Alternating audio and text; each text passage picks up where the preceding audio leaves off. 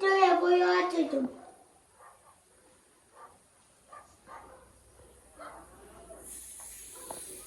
Tabii 180'lik. Ne yapıyor? 110 astı 80. Ha, pon рабочий ошондойкинен да? Ha. Ne deyip? Dik koy.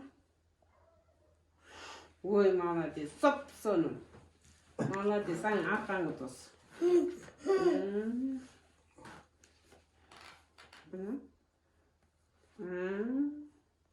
Dem al. Dem al. Kana? Bu, qara. Papa, mayonez. Sındıracağım hanım. Sındıracağım.